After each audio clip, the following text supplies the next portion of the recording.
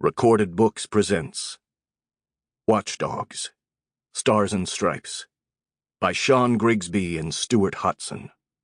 Narrated by Michael Braun. Chapter 1. Baltimore. The 45th floor of a new skyscraper, dubbed the Peppercorn Building.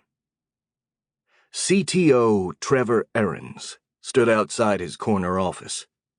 He was on the phone, talking in the kind of voice meant for everyone to hear him, so they could ascertain just how important he was and how they should shut the fuck up and listen while he changed the world. After all, thought Trevor, it might make their lives more interesting. I'm telling you, Karen, it's a win-win. It would help if you picked up my call. You're supposed to be available at all hours. The optic at his ear automatically sent a signal to his office door, opening it as if an invisible servant stood on the other side, and Trevor charged through without even noticing. New tech from London, of all places. Trevor liked being the only one to have something like it on this side of the pond. It was dark and lonely on the 45th floor, but Trevor liked it that way. It didn't stop the way he talked. He got more done at night, when the bumbling morons who thought they ran the company were at home in bed, or jerking off to porn while their partners slept. The day was for managing them, keeping them focused, but the night was for real work. A quick bump of high-grade sugar, and Trevor was blasting off till 4 or 5 in the morning. Then he'd catch a few blinks before becoming daytime Trevor. Boring, public Trevor. A narrow band of light lit up the office where he walked, and then blinked dark as he passed. He liked it that way, too. He wondered if Karen was on the other line in some brightly lit restaurant in Chicago, ignoring him.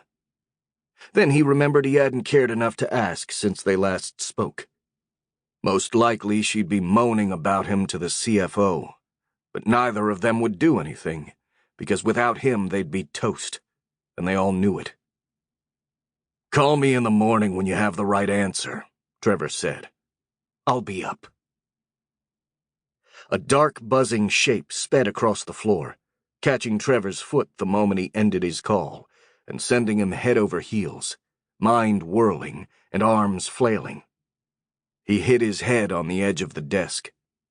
A flash of light exploded in his eyes, and he dropped onto the dark mahogany floor. "I've only just had that installed from Chile," he thought blurrily. The incredible cost of importing it, the thing he was most proud of, blinked through his mind. Had he damaged it? He hoped he wasn't bleeding. It would be a nightmare to have the floor cleaned.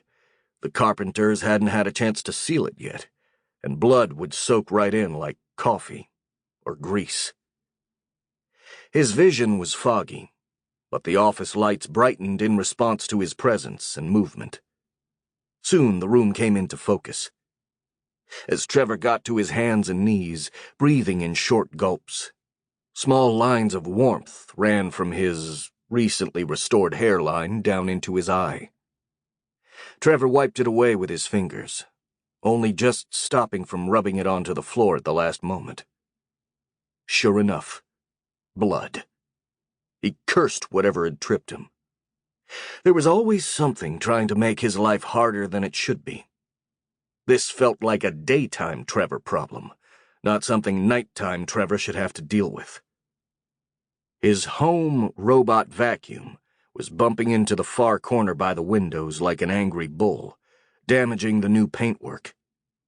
Glossy and black, the sheen reflected the office lights like a beetle shell. He realized he'd been assaulted by the stupidest member of the office. "What the hell?" he murmured. What on earth was it doing? Who knew it could move as fast as his Papa Vero sports car parked downstairs? Fucking technology, he thought, finding the humor in what had happened. If it could go wrong, it would. There was a law about it. He was reminded all over again that being Sample complete. Ready to continue?